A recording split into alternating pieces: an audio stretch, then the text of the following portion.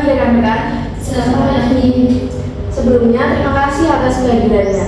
Sebelum kita mulai rapat pada hari ini, izinkan saya mengingatkan kembali tentang perusahaan kita bersama dan mimpi besar yang sedang kita bangun bersama. PT Manika Rasa adalah perusahaan coklat premium yang lahir dari semangat untuk mengangkat cita rasa dan budaya Nusantara. Kita bukan sekedar produsen coklat, tetapi juga menjaga tradisi dan juga inovasi.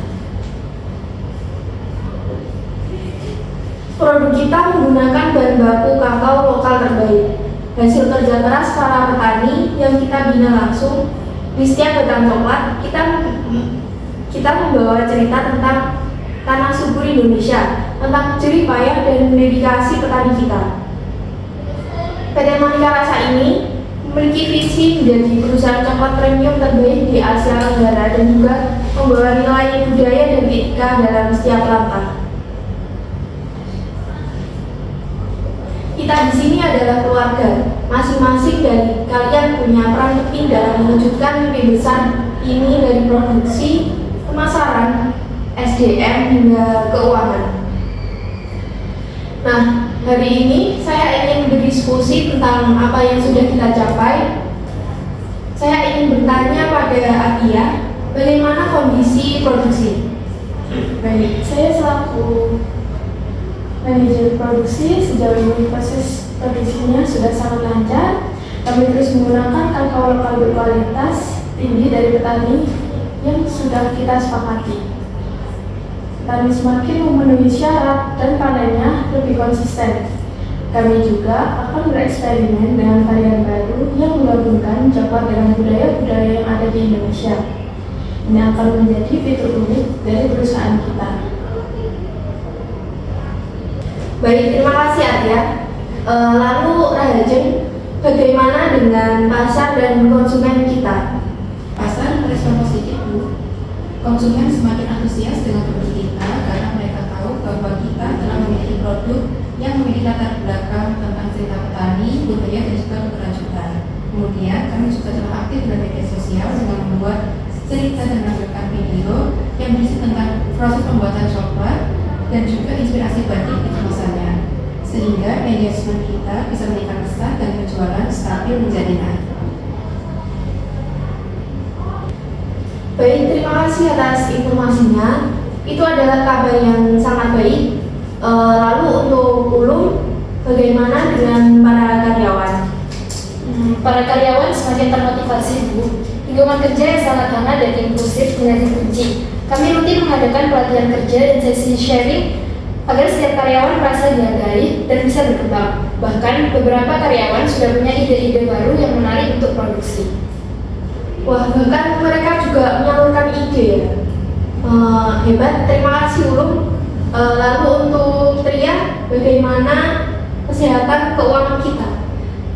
Untuk kondisi keuangan kita itu baik, Bu. Kondisi keuangan perusahaan itu sangat stabil. Kami selalu transparan dalam pencatatan dan laporan keuangan. Saat ini kami sedang menyiapkan dana ekspansi pasar dan pengembangan produk baru seperti yang tadi Adia rencanakan. Semuanya dikelola sesuai standar akuntansi dan etikanya. Baik, terima kasih rekan-rekan. Laporan hari ini menunjukkan kemajuan yang sangat bagus. Sekarang saya ingin kita diskusi lebih mendalam tentang inovasi produk dan juga ekspansi pasar. Atia, boleh kamu ceritakan ide selai coklat yang kamu rencanakan? Baik, terima kasih. Kami ingin mengembangkan produk baru selai coklat rendah kalori bernama Manika. Selai ini cocok untuk berumah tangga dan usaha kuliner yang bisa dipadukan dengan roti, pancake, atau topping es krim. Dan pastinya tetap dengan kualitas coklat premium Manika Rasa yang sudah kita rencanakan di awal. Wah, itu ide yang bagus. Kalau dari sisi pemasaran, kita bisa menekankan keunggulan budaya dan juga keberlanjutan. Kita bisa mendesain sisi kemasan dari produk kita dengan elemen batik di sana, kemudian agar kita bisa tetap mengenalkan budaya Indonesia. Selain itu, untuk edisi khusus misalnya edisi Ramadan ataupun dari kemerdekaan, kita bisa tambahkan di situ karena konsumen pasti suka dengan produk yang memiliki nilai cerita di dalamnya. Wah, desain batik yang dan edisi khusus ya? Bagus, kalau begitu selanjutnya kita juga perlu membahas etika bisnis dan juga tanggung jawab sosial perusahaan. Ini penting untuk keberlanjutan jangka panjang. Betul Ibu, kami di SDM selalu memastikan kesejahteraan karyawan seperti upah yang adil, fasilitas kesehatan, serta bonus untuk prestasi karyawan. Ini bukan hanya tentang bisnis, tetapi ini tentang kemanusiaan dan juga tanggung jawab.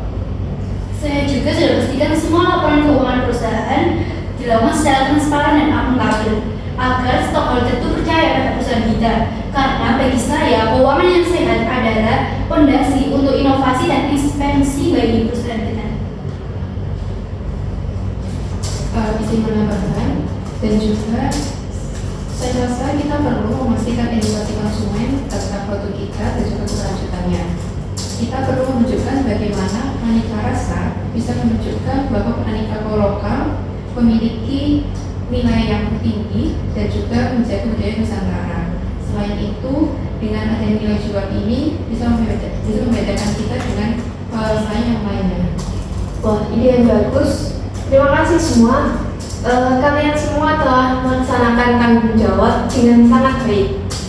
Oh iya, saya juga ingin menambahkan bahwa semua orang bebas berinovasi, mencoba ide baru tanpa takut gagal. Jadi tidak perlu takut untuk gagal.